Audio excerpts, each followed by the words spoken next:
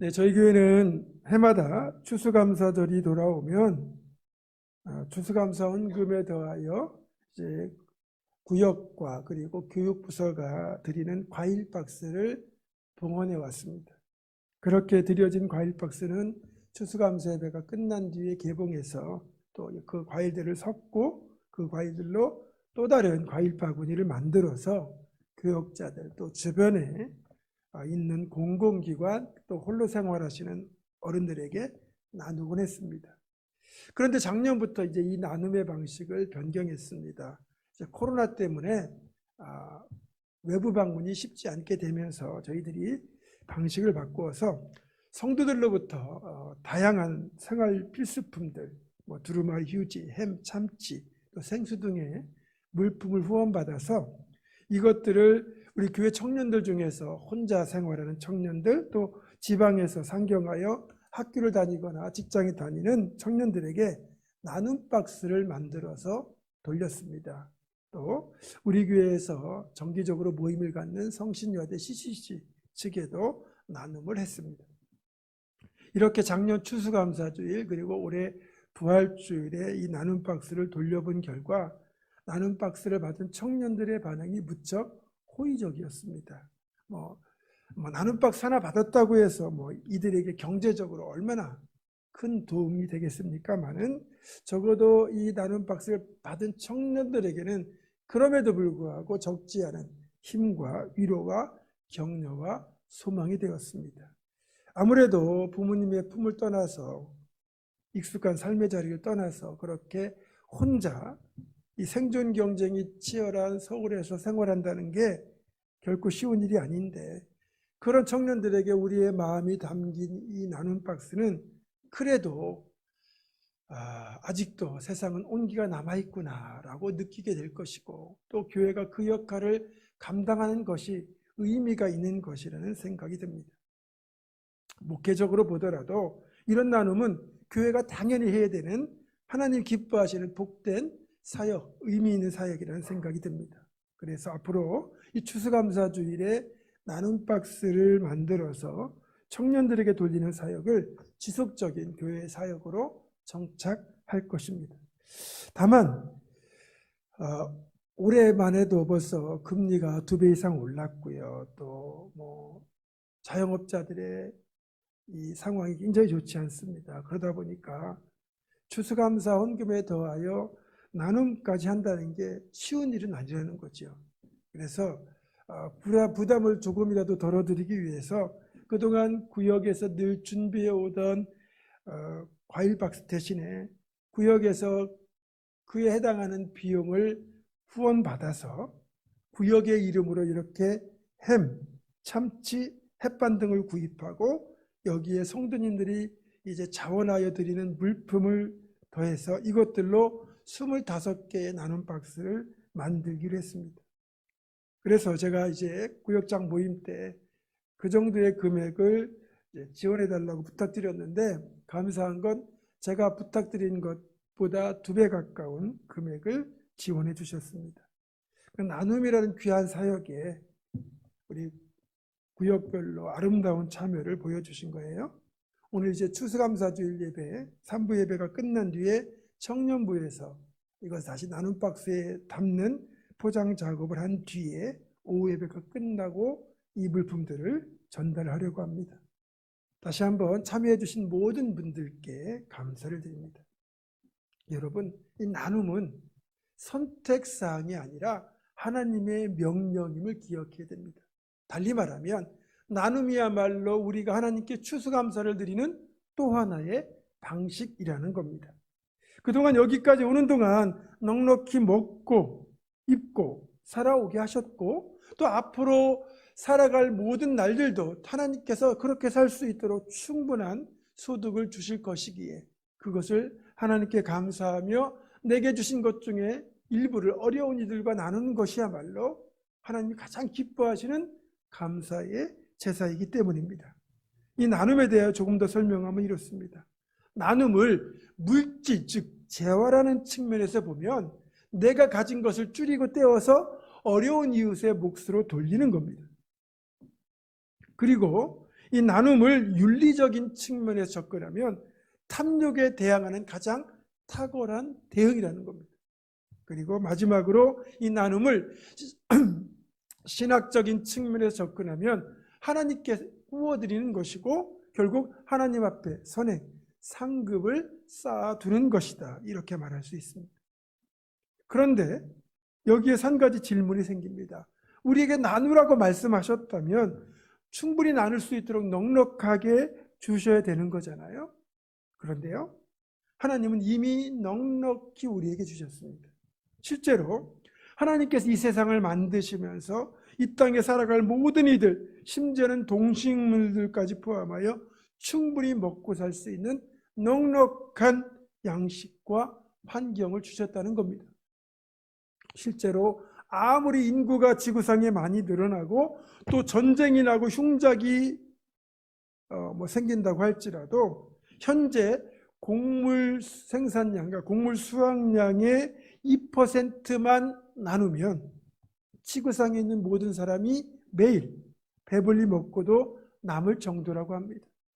그러니까 총량으로는 부족함이 없는데 우리가 나눔에 인색하기 때문에 누군가는 배부를 때 누군가는 굶주린 배를 끌어안고 잠을 청해야 되는 겁니다. 문제는 공급이 아니라 분배라는 거죠. 하나님은 이렇게 넉넉하게 주셨는데도 불구하고 나누려고 하지 않는 이런 종류의 탐욕을 매우 싫어하십니다. 여러분, 누가복음 12장에 나오는 어리석은 부자의 이야기 아시죠? 이 비유에 등장하는 부자를 향한 하나님의 진노를 이 비유에서 우리는 엿볼 수 있거든요. 이 비유를 간략하게 설명하면 이렇습니다. 한 부자가 자신이 가지고 있는 토지에서 엄청난 양의 곡식을 추수하게 되었어요. 그러면서 이런 생각을 하죠. 내가 곡식 쌓아둘 곳이 없으니 창고를 더 크게 짓고 내 모든 곡식과 물건을 거기 쌓아두고 지금부터는 평안히 쉬고 먹고 즐기고 누리자. 그렇게 살자. 이렇게 생각하는 겁니다. 그런데 하나님은 그렇게 생각하고 행동하는 부자에게 뭐라고 말씀하십니까? 20절과 21절 말씀이에요. 하나님은 이르시되 어리석은 자여 오늘 밤에 네 영혼을 도로 찾으리니 그러면 내 준비한 것이 누구의 것이 되겠느냐 하셨으니 자기를 위하여 재물을 쌓아두고 하나님께 대하여 부유하지 못한 자가 이와 같으니라. 하나님께 대하여 부유하지 못하다는 것은 나눔에 인색하다는 말이에요. 이 비유를 통하여 예수님께서 어리석은 부자에 대하여 이렇게까지 비판하신 것은 기대 이상의 엄청난 수확을 거뒀음에도 불구하고 조금이라도 어려운 이웃과 나눌 생각이 없었기 때문에 그렇게 말씀하신 겁니다. 그리고 그런 부자에게 하나님께서 그날 밤 생명을 거두시는 심판을 하시겠다는 내용이 주님의 핵심의 비유입니다. 여러분, 예수님께서 어떻게 보면 과격하다 싶은 비유를 말씀하신 데는 이유가 있습니다. 예수님이 활동하시던 그 1세기 당시 대부분의 농민들은 지나친 빚더미에 눌려 살았습니다. 당시의 농부들은 땅 주인인 부자에게 고율의 소작료를 줘야 됐고 여기에 더하여 로마가 이 땅을 지배하면서 또 정말 감당하기 힘든 세금까지 부과했기 때문에 아무리 추수를 해도 오히려 빚이 늘어나는 그런 구조였습니다. 따라서 그나마 이렇게 엄청난 수확량을 거둔 부자가 가난한 자들에게 수출 중에서 일정한 부분을 나눠주고 돌려주어야만 오랫동안 빚더미에 눌려 살던 소작인들이 그나마 한숨 돌리고 그의 겨울을 그래도 조금은 편안하게 날 수 있었던 것입니다. 그러니까 하나님이 기대 이상의 축복을 주셔서 쌓을 곳이 없을 정도로 곡식을 거두었다면 이 부자는 더 큰 창고를 짓는 대신에 굶주리는 가난한 이들에게 남는 것들을 나누어야 했다는 거죠. 그런데 이 부자가 어떻게 했습니까? 가난한 사람들에게 곡식을 나누는 대신 자기만 먹고 즐기고 그렇게 누리고 살자고 생각하는 거 아니겠습니까? 그래서 하나님은 그에게 크게 진노하셨고 생명의 주인 모든 것의 주인 되는 그 권리를 행사하셔서 그 사람의 생명을 취하겠다고 말씀하신 겁니다. 이것이 바로 어리석은 부자의 비유에 드러나는, 하나님께서 정말 가난한 자를 외면하는 자를 싫어하신다는 것을 보여주는 예화입니다. 그래서 우리가 마태복음 20장에 나오는 포도원 품꾼의 비유, 포도원 주인의 비유를 우리가 달리 볼 이유가 있습니다. 단지 이 비유를 일찍 온 사람이나 늦게 온 사람이나 똑같이 품삯을 주고, 그래서 하늘나라에서는 먼저 된 자가 나중되고 나중된 자가 먼저 된다, 이것만, 이런 측면에서만 접근하면 안 되고, 이것을 나눔의 측면, 생존의 측면에서 바라볼 필요가 있다는 거죠. 그렇지 않고 이 비유를 그저 효율성 측면이라는 접근만 하면 포도원 주인의 행동이 이해가 되지 않는 부분이 너무나 많다는 겁니다. 당시만 해도요, 일자리를 구하는 사람이 훨씬 더 많았기 때문에 일자리를 주는 고용주가 갑의 위치고요, 일자리를 구하는 일꾼들은 을의 위치였습니다.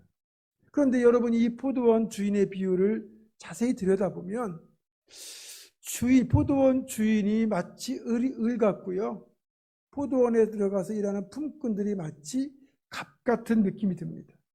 하루 종일 이 포도원 주인은 일꾼들을 애타게 찾아다닙니다. 그리고 늦은 시간에도 그들을 들여보내잖아요. 그렇다면 이 포도원 주인이 가지고 있는 그 포도원에 일손이 그렇게 많이 필요할까 질문이 생기잖아요.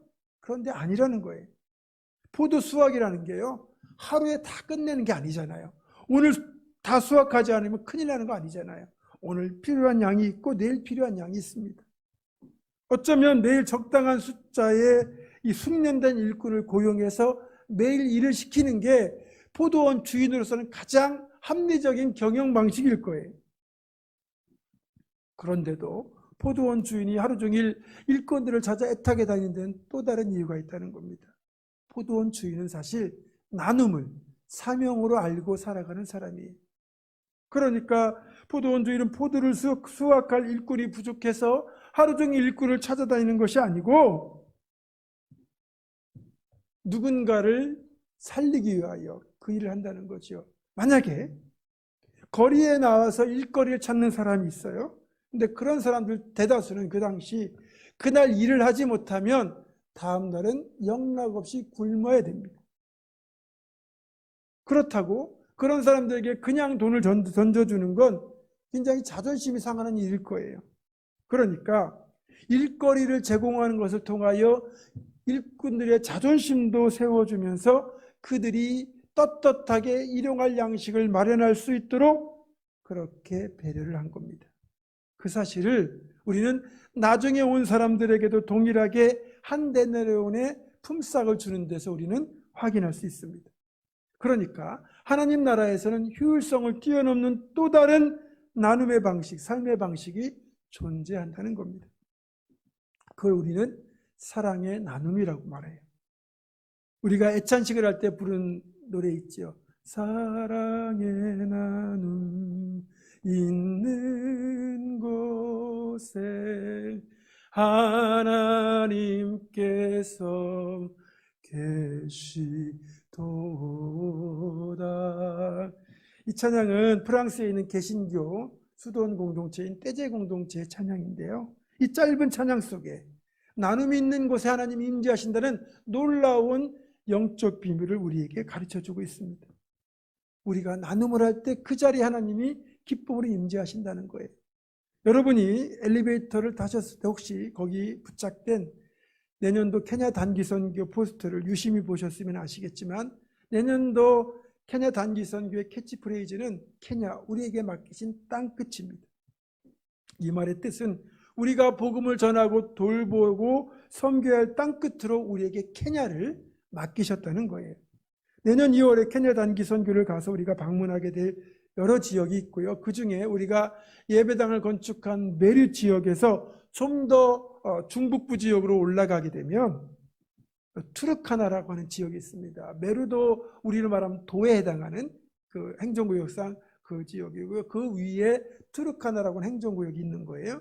그 지역은 삼브로 부족이 사는 아주 메마른 땅인데요. 이 삼부로 부족은 유목을 하며 살아갑니다.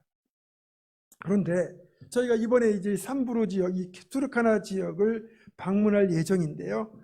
이 강성희 선교사님과 이제 케냐 선교를 준비하면서 협의하던 가운데 이곳에 이제 목사님이 후원을 받아서 한 15개 교회를 건축을 하셨거든요. 근데 그 지역에 방문을 해서 우리가 그들에게 좀 소망을 주고 격려를 했으면 좋겠다. 그러면서 우리에게 부탁하신 게 있습니다. 이 지역에 오게 되면 보문중학교에서 그들의 점심을 책임지고 해결해 주라. 이 부탁이셨어요.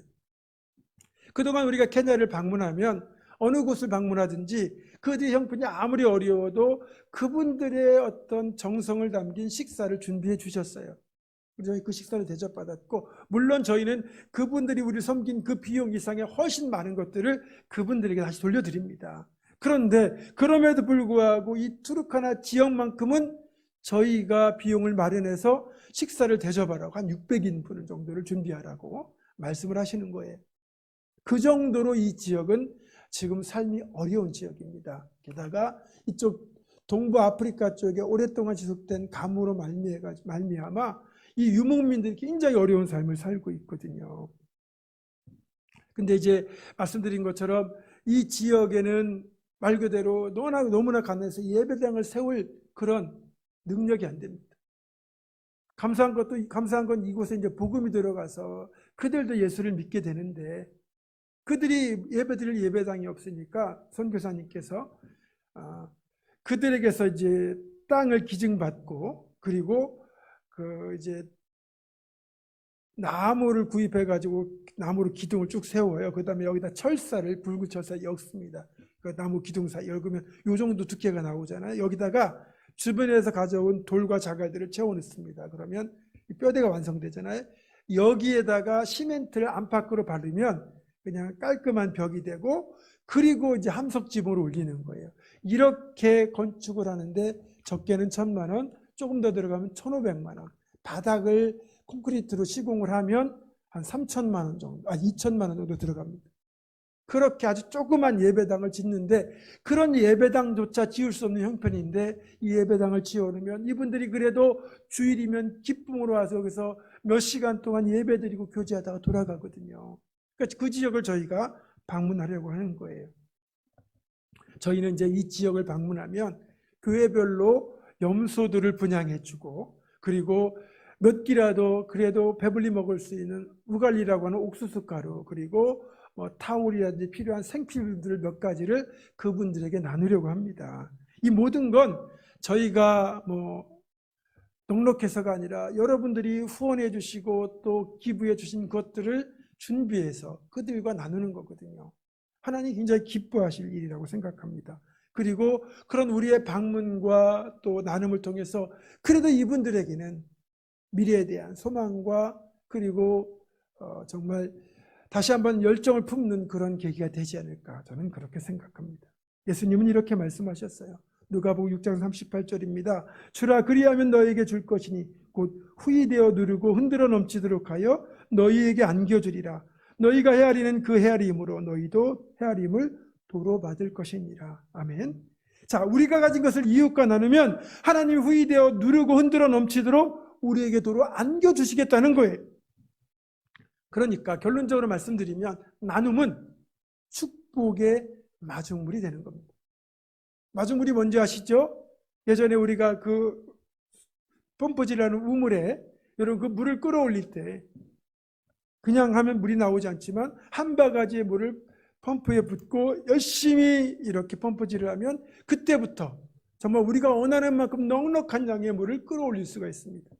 여러분, 우리가 펌프에 나눔이라고 하는 한 바가지의 물을 부었을 뿐인데 그 펌프에서 결국 엄청난 축복이 계속하여 흘러나 넘치기 때문에 나눔은 축복의 마중물이다, 이렇게 말할 수 있는 겁니다.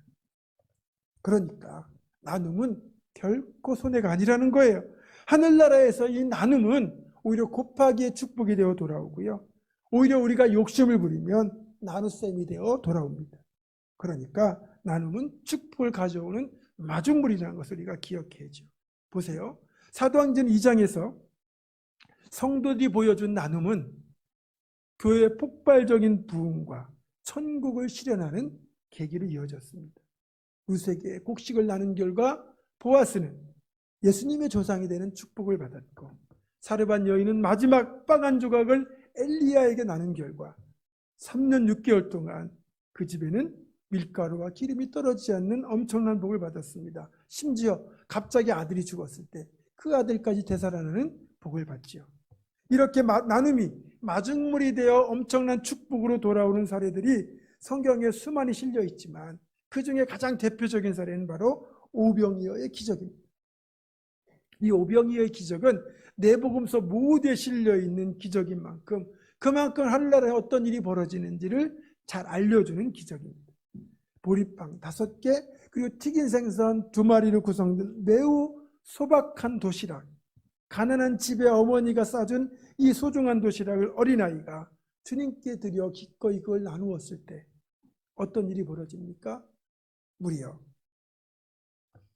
남자 장년 5,000명, 여자와 아이까지 포함하면 적어도 2만 명에서 3만 명에 이르는 수많은 사람들이 배불리 먹고 남는 엄청난 축복으로 이어졌습니다. 어린아이는 자신의 오병이어 도시락을 그렇게 오병이어 도시락이라는 마중물을 부었을 뿐인데 그 도시락은 주님이라는 펌프를 통하여 5,000배로 아니 2만 배, 3만 배로 불어나는 엄청난 축복으로 이어졌습니다.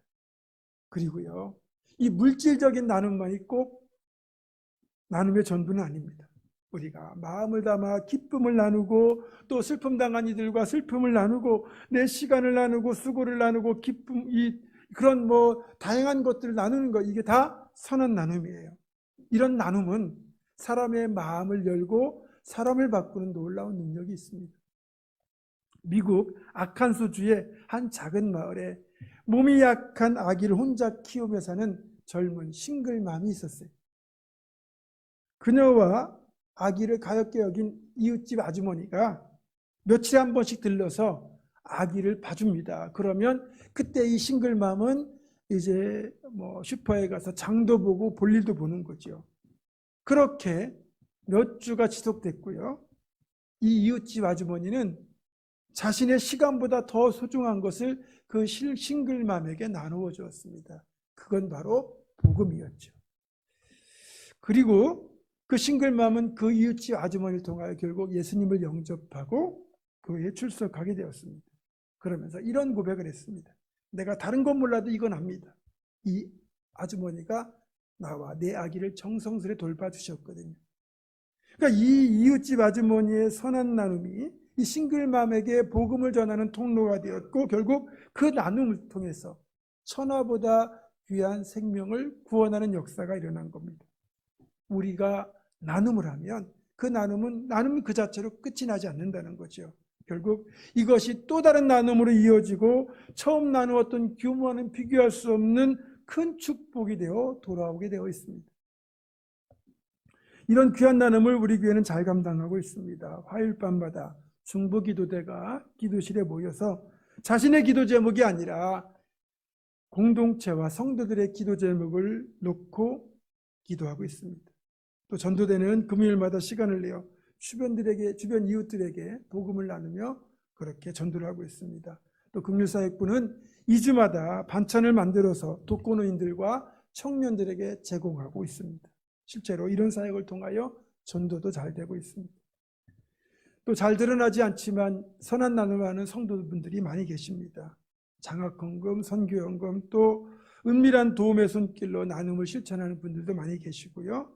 또 케냐 선교를 갈 때면 적지 않은 금액을 케냐 팀에 후원하시는 분들이 많습니다. 그래서 케냐 선교팀에 속한 청년들에게 동일한 금액을 후원하는 분도 계시고 또 어떤 분들의 선교 비용을 감당해 주는 분들도 계시고 또 현지에서 물품을 후원할 수 있도록 그렇게 많은 것들을 기부해 주시고 또 염소라든지 이런 것들을 적지 않은 금액을 후원해서 구입해서 나누도록 해주시는 분들도 계십니다. 다들 잘하고 계신 겁니다.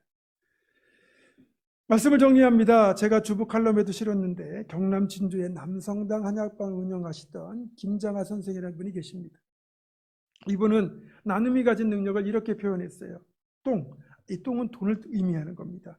똥은 모아두면 악취가 나지만 흩어뿌리면 거름이 된다.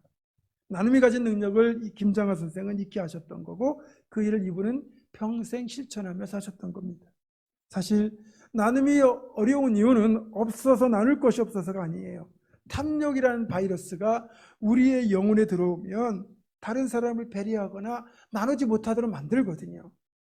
그래서 탐욕에 감염된 사람에게는 이웃은 보이지 않습니다. 그저 타인만 있을 뿐입니다.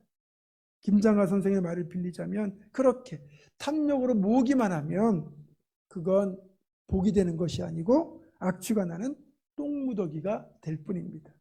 그 대신에 우리가 기꺼이 나눔을 실천한다면 그 나눔은 일종의 마중물이 되어 풍성한 축복으로 이어지게 되고 그 풍성한 축복은 우리로 하여금 더 풍성한 감사를 하게 만들죠. 축복을 바라고 축복을 바래서 우리가 나눔을 하는 것은 아니지만 나눔은 그렇게 다양한 방식으로 선한 역사를 이루는 능력이 있다는 겁니다. 오늘은 온 마음을 다해 하나님께 감사를 드리는 추수감사주일입니다. 하나님을 향한 풍성한 감사와 더불어 이웃을 향한 선한 나눔에 더욱 힘써서 그래도 더불어 살만한 따뜻한 세상을 우리가 만들고 하나님께 기쁨이 되는 삶을 사는 또 우리 부문 중학교 되기를 주님의 이름으로 축원합니다. 기도하겠습니다. 나눔을 기뻐하신 아버지 하나님, 우리의 것을 기꺼이 이웃과 나누는 나눔을 통하여 나눔이 축복의 마중물이 되는 기적을 경험하는 우리 모두가 되게 하여 주시옵소서. 예수 그리스도의 이름으로 기도드립니다. 아멘.